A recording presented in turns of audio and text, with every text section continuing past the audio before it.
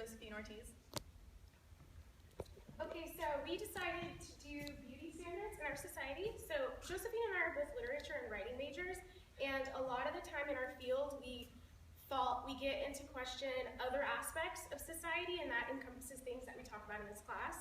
So what falls under that is race, ethnicity, gender, class distinctions, and also beauty standards. So one of our major classes that we have to take to get our major is a literature and writing class that has an emphasis in medieval history.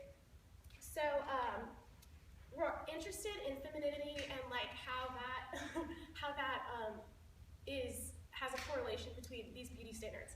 And the earliest time that we can see that these things are brought up would be in the 16th century and at the end of the 17th century. So our thesis is the stereotypes for the standard of beauty began in the 16th century and are still prevalent today or evident. So to highlight that, everyone here, before you get here or transfer or start here, you have to read some sort of poem or some sort of sonnet.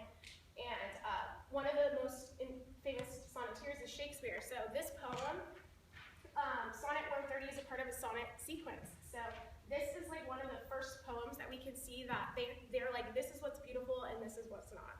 So hopefully I can get some audience engagement here. So the first line is, my mistress' eyes are nothing like the sun. And then the second one follows, curl is more red than her lips red. So can someone tell me what that means in a basic, like, super easy, it could be anything. Generic, very. Like, what do you think that means? Huh, it's really easy. We know the answer. Okay, so pretty much this entire poem, he's saying like. My mistress' eyes, my girl's eyes are not very bright. Okay, thank you. So her lips are not that red. Exactly. So what is beautiful is what he is stating, and he's saying, oh, the girl that I like is ugly, but this is what's beautiful, but she's still pretty to me. So it's like what we see today, like, oh, she's not that pretty, but like on the inside she's pretty. So he also says, if snow be white, then why her breasts are dun. Dun is obviously crap, it's brown, it's darker. So whiteness is equated to beauty and anything else is not. So this goes throughout the entire poem, and then very nicely he puts at the end, and yet by heaven I think my love is rare, and anything she be with less compare. So he's pretty much saying, like I said, she's not that pretty, but to me she's pretty. So it just highlights the same things. So these are like some women that they're like, this is the highest form of beauty. They're all white. They all have super light skin. Like he was saying, like light hair, red lips. These are the things that that are still prevalent today. And actually, these two corner pictures, that's Queen Elizabeth, and she was kind of like the epitome of beauty because she had a large bust, a small waist, and a large bum, and that's what they thought was beautiful. Okay, so some more about 16th century life. There's a distinct line between those who had money and those who didn't. So of course, those who didn't have money were striving to have these things. So, and that's also reflected in like class and in beauty. So like we were saying, if you weren't rich and you had to work, obviously you're going to be outside more, so your skin would be darker, so you're not pretty. And then some more things.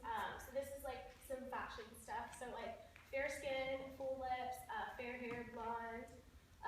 They would like shave and pluck their hairline to make their head bigger. I don't think their forehead's bigger. I don't think that's a thing today, but obviously you don't know. And then makeup, they would do things to get like fuller lips, and we see that today too.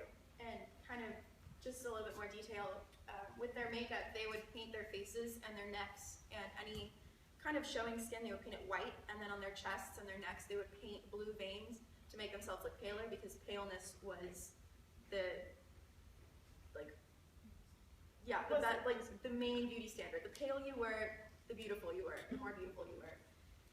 And like that's different today, but it's like it still has the obsession with skin, because now it's like we've moved to tanning, so it's the same thing. And then kind of still going into like the 16th century standards, clothes, the nicer your clothes were, the richer you were considered, and the richer you were, kind of like vice versa. The your wardrobe reflected your class. The nicer your clothes, the richer you were considered, and the richer you were considered, the nicer clothes you would buy yourself. So you were considered beautiful by the clothes you wore. And these clothes were meant to emphasize the hourglass figure, so like the bigger bust, smaller waist, and a bigger bum. And I say bum because I don't want to say butt. But I said it. And then as a size, the more elaborate you were on top showed your richness. As you can tell, that's Queen Elizabeth. So some of the present beauty standards, some of the same standards apply. So bigger breasts, bigger bottom, smaller waist, fuller lips, and the skin color obsession. And as you can tell, these are just pictures of women in pop culture that people base their beauty standards off of. So as you can tell, it's Kylie Jenner and Kim Kardashian, Katy Perry and her massive boobs, and Charlize Theron and Nicki Minaj with her large brown butt. And she's not pictured here, but I don't know, does anybody know who Cara Delevingne is? She's a model, okay, and she's also an actress. But she is mainly known for the beautiful shape of her eyebrows. And that is a big phenomenon within pop culture. They have, eyebrows have to be shaved and shaped, a correct way. And to this day, we still see that the hairline thing still goes on. If you look at pictures of models in magazines, and you can clearly tell that they're modified because their hairlines are completely straight. And there's no hair on their side, they have no sideburns. And everybody knows that every woman has hair on their face. Whether you pluck it or shave it, every woman has hair. Nowadays, women favor darker skin because they don't want to seem pale. Being tan is kind of like the new beauty standard. Yes.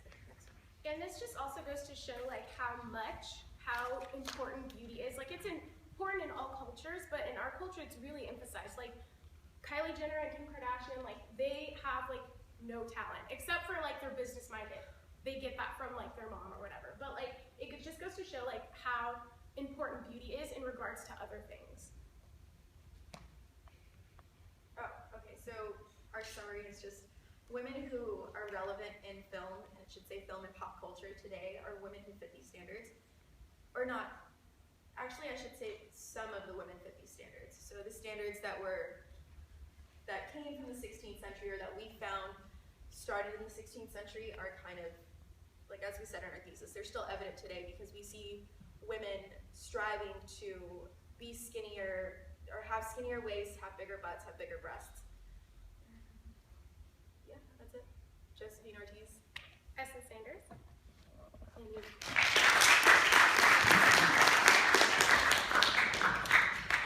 Questions for them?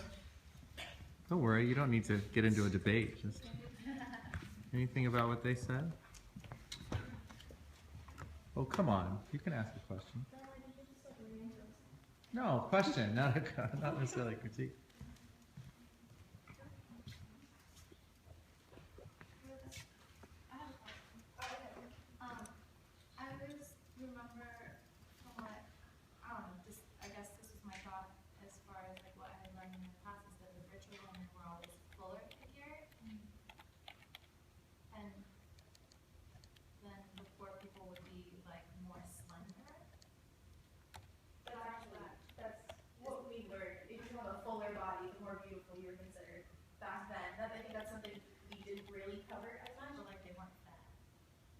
I don't want to say they were fat, they just had it just more represented, at that point, survival of the fittest, who was able to afford food. So it's not necessarily you're giant like that, but it's you are larger, so it just represents that. The larger you were, the richer you were, because you could afford those things. Yeah, but then they would also force that from themselves. Yes, yeah. But then nowadays, it's the skinnier you are, the better you look, kind of thing. Any more questions?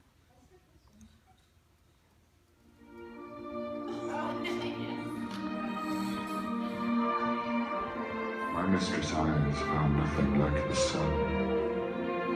Coral is far more red than her lips red. If snow be white, why then her breasts are dun. If hairs be wires, black wires grow on her head. I have seen roses damasked red and white, but no such roses see I in her cheeks. And in some perfumes is there more delight than in the breath that from my mistress reeks. I love to hear her speak, yet well I know that music hath a far more pleasing sound. I grant I never saw a goddess go, my mistress when she walks treads on the ground.